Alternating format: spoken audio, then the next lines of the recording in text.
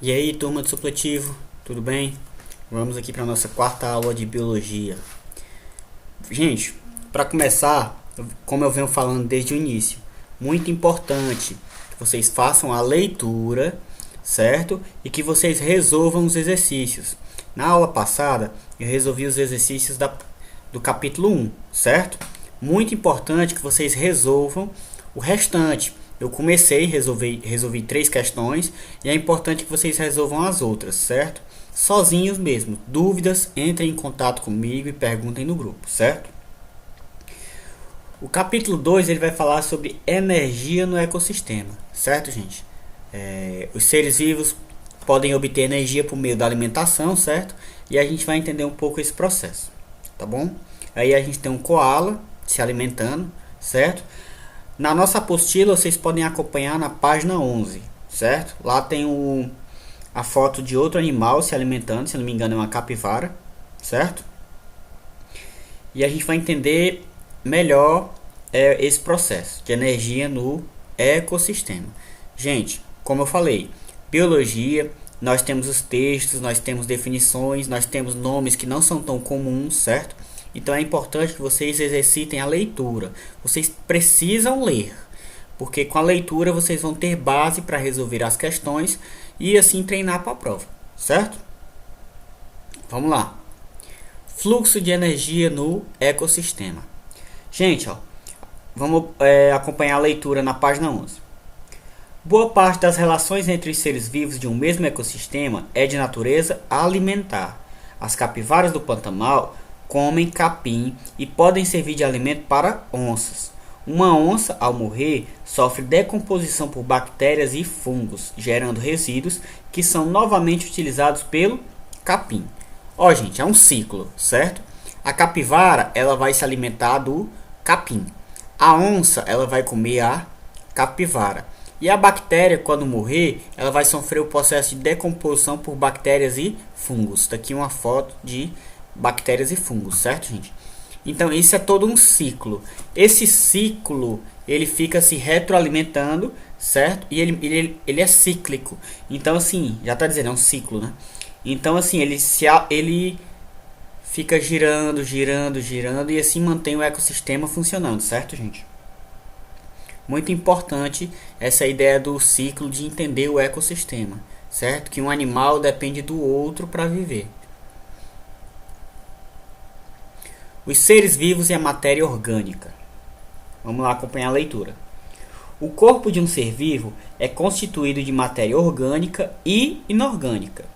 Entre os inorgânicos encontram-se a água e os sais minerais, enquanto os principais compostos orgânicos são os carboidratos, as proteínas, as gorduras e os ácidos nucleicos, o DNA e o RNA. Os compostos orgânicos são mais complexos e têm maior conteúdo energético que os inorgânicos.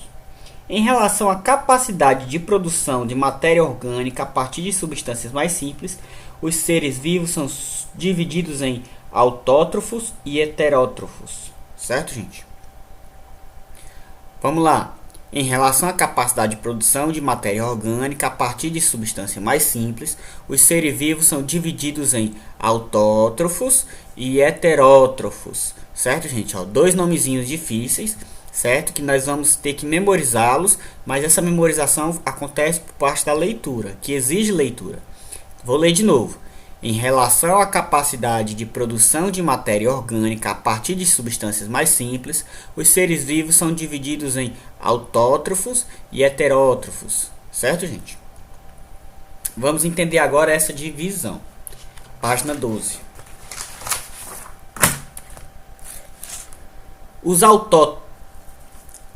autótrofos. Certo, gente? Os autótrofos. Primeiro, os autótrofos retiram do ecossistema substâncias simples e pobres de energia e produzem matéria orgânica, que serve como alimento para eles próprios e para outros seres vivos. A produção de matéria orgânica geralmente ocorre graças à fotossíntese.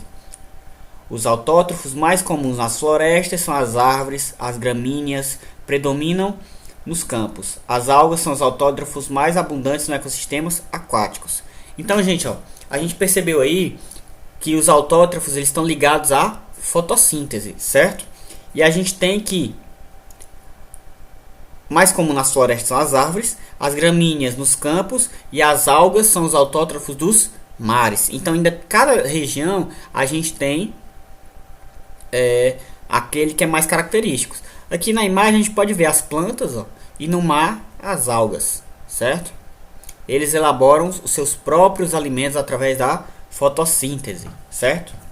Aqui na figura 10 a gente tem árvores, gramíneas e algas, são os principais autótrofos do planeta. As algas marinhas produzem a maior parte do oxigênio da Terra. Portanto, é falsa a ideia de que a floresta amazônica seja o pulmão do mundo.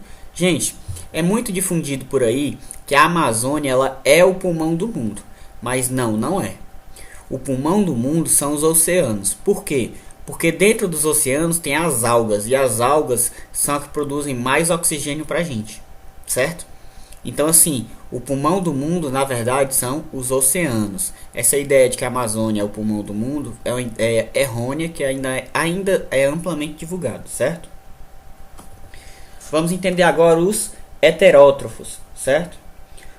Os heterótrofos são incapazes de produzir seu alimento orgânico. Gente, são incapazes de produzir seu alimento orgânico, ou seja, não tem fotossíntese, devendo obtê-lo já pronto no ecossistema. Há heterótrofos que utilizam matéria orgânica viva, como os predadores e os parasitas. Os predadores, como a ariranha, o gavião e o jacaré, matam um ser vivo para dele se alimentar. Os parasitas vivem à custa dos outros seres vivos, geralmente sem matá-los. São exemplos de parasitas a pulga, a lombriga e o piolho. Então, gente, a gente já percebeu que os heterótrofos não produzem o próprio alimento, certo? Eles buscam o alimento no ecossistema. Alguns animais matam os outros para comer e outros animais são parasitas, que ficam sugando o de outro ser vivo, como a pulga, a lombriga e o piolho, certo? São 3 exemplos aí interessantes.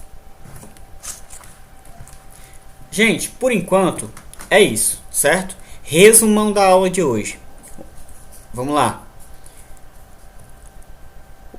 Os seres vivos podem obter energia por meio ambiente, certo?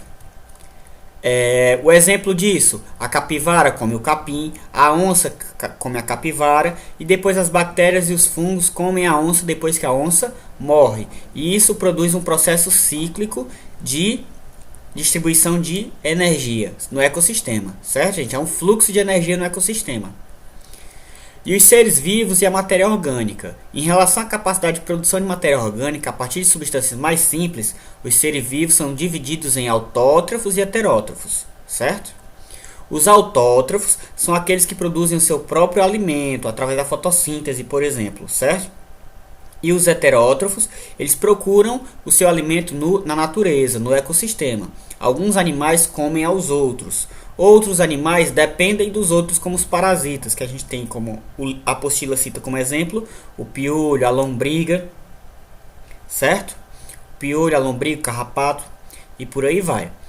Importante lembrar, a Amazônia não é o pulmão do mundo. O pulmão do mundo são os oceanos, porque lá tem uma grande quantidade de água, de alga, aliás, na água dos oceanos tem uma grande quantidade de algas e essas algas produzem o oxigênio, maior parte do oxigênio no planeta. Embora a floresta amazônica não seja o pulmão do mundo, ela está em segundo lugar, então ela tem uma importância muito grande, mas o pulmão do mundo mesmo são os oceanos. Por hoje é só, pessoal, muito obrigado pela atenção de vocês e até a próxima. Aliás, não se esqueçam, leiam, assistam a aula novamente, leiam e respondam as questões. Tirem dúvidas, certo? Eu estou disponível no grupo do WhatsApp para tirar as dúvidas de vocês. Então vamos lá estudar, galera.